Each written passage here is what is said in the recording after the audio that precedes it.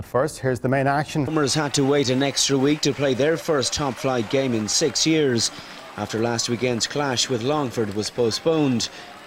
Sligo manager Sean Connor started with 4 of his new signings: Gavin Pearce, Chris Turner, Adam Hughes and Keith Foy. But Bohemians began the brighter and almost snatched the lead when the unmarked Hunt picked out Tony Grant in the box, but Pearce came to the home side's rescue. Bohs continued to dictate, and Vinnie Arkins was next to go close. He showed great control, but his left-footed attempt flashed over. Sligo gradually settled to their task, and they missed a great opportunity to go in front on 35 minutes. Kadozevic's through ball caused all sorts of problems in the visiting defence, but with the goal at his mercy, Turner couldn't hit the target. Kadozevic and Turner played a part in sending McTiernan clear shortly after, but Stephen O'Brien proved equal to his final effort. However, the hosts didn't have long to wait to steal in front.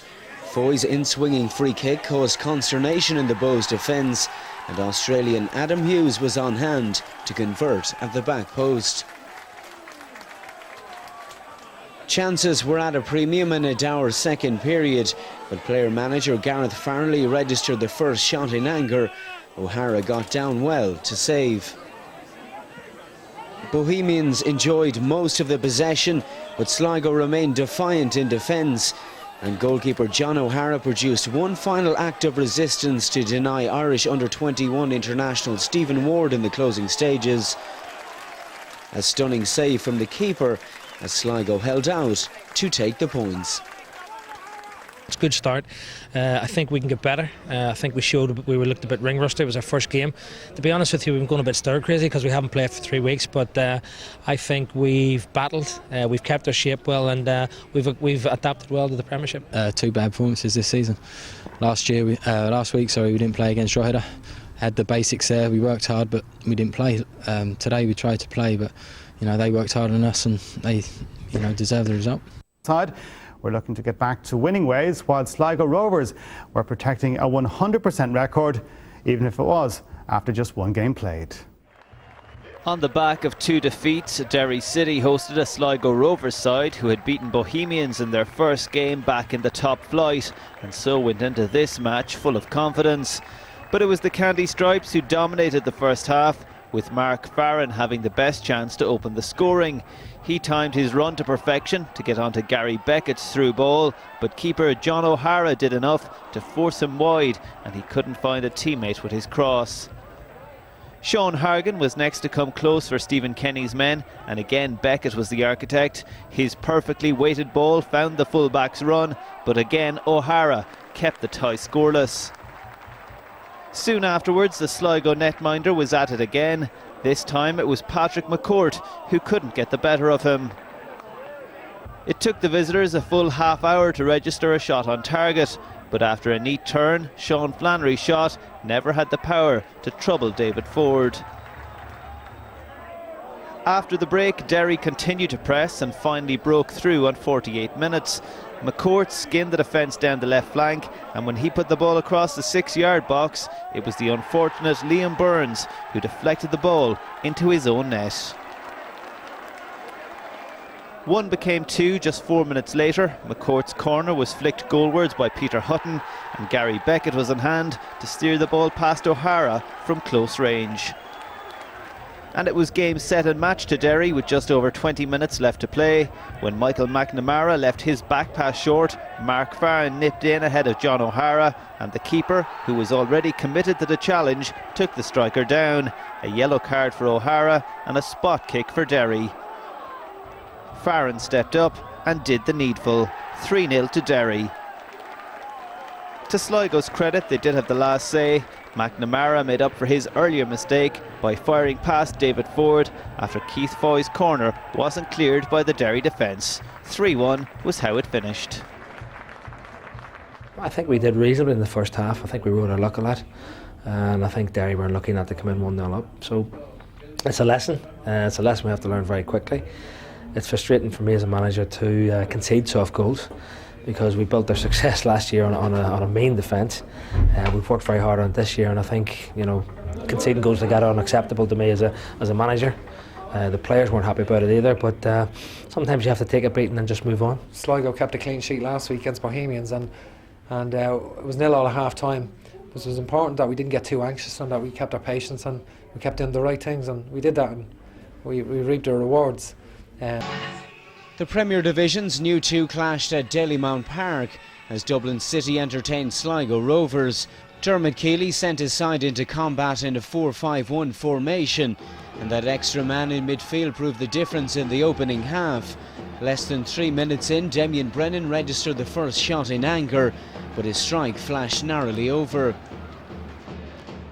Dublin City settled the quicker, and the lively David Freeman was unlucky not to open his side's account. His quick reactions failed to call Rovers keeper O'Hara into action. Sligo weathered the early storm and almost snatched the lead against the run of play in the 34th minute. A sweeping move sent Gavin Pearce clear down the left. His cutback found Paul McTiernan, who blazed over. The hosts continued to dictate, but clear-cut chances became something of a rarity, although Freeman's improvised effort had O'Hara backpedalling. Sligo might well have had a penalty before the break, when City goalkeeper Gary Rogers clashed with McTiernan in the area, but referee Damien Hancock waved away their appeals. The elements intervened to tarnish the contest as a spectacle in the second period, but Dublin registered the half's first real chance of note. Derek Pender arrived late at the back post, but couldn't steer his header on goal.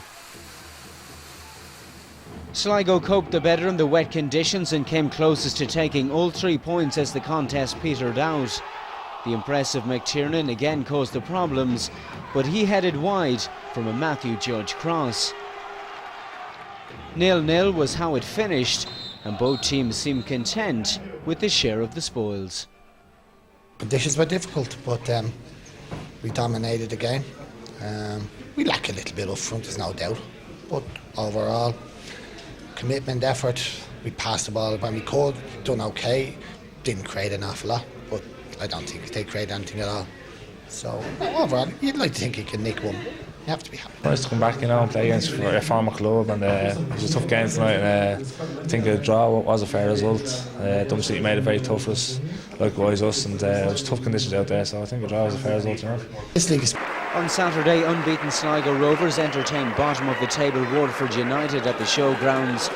The Blues sent their stall out to attack from the off and almost snatched the lead when Patrick Flynn's cross sailed over the head of John O'Hara. The Sligo keeper was relieved to see it clip the crossbar. That sparked Sligo into life, and they opened the scoring with their first attack of the game. Matthew Judge sent Keith Foy clear on the left of the area, and he picked out the in-rushing Paul McTiernan. To their credit, Waterford drew level before the 13-minute mark, and the unmarked Brendan Hughes ghosted in at the back post to poke the ball to the net. Waterford grew in confidence after that, but wasted a number of good opportunities to take the lead. Great approach play presented Gavin Doyle with a number of chances, and he knew he should have done better. Both sides finished the half strongly. First Doyle was presented with another side of goal. At the other end, Kadozevic's corner was met by McTiernan, but his effort was blocked on the line. The second half was less open than the first, but chances continued to fall the way of the visitors.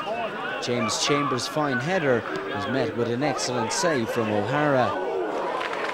The Blues were to rue those missed chances as Rovers regained the lead shortly after. Matthew Judge made the most of some sloppy defending to notch his first goal for the club with a neat finish.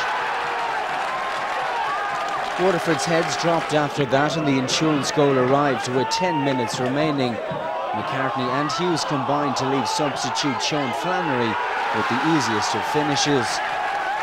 The 3-1 scoreline didn't reflect the nature of the game, but that won't worry Sean Connor. After throwing down the gauntlet to his labouring strike force during the week, he was pleased with the response of his forwards. Going into tonight's game, none of the strikers scored, so it's pleasing that we've got all the strikers off the mark, so to speak. But I still think, you know, if we'd have been playing a team that like a Shelbourne or a Cork or a Derry out there tonight, would have got hammered, you know. And I can't accept that, and the players can't accept it themselves, and we've got to improve. It's very pleasing. It's about time, because for the defence, to be honest, they've been keeping clean sheets, and there's a lot on their shoulders, and they need to see the strikers scoring. All 3 strikers coming up that scored today. Shawnee coming on, he scored himself, so it's very pleasing. All the strikers will get a bit more confidence now. It's very good. And then we've got Darren Mansfield, who's injured. He's working hard to come back, and he was playing very well before he got injured. So it's pleasing for the team. We have to work on keeping our focus and keeping our tempo up. I think we have to work on better ball retention. We talked about that this year. This Premiership is very, very difficult. I'd been to watch Waterford. We knew exactly what way they were going to play, but yet we seemed to be fazed by it. So I think we have to learn to be a wee bit more composed as well. The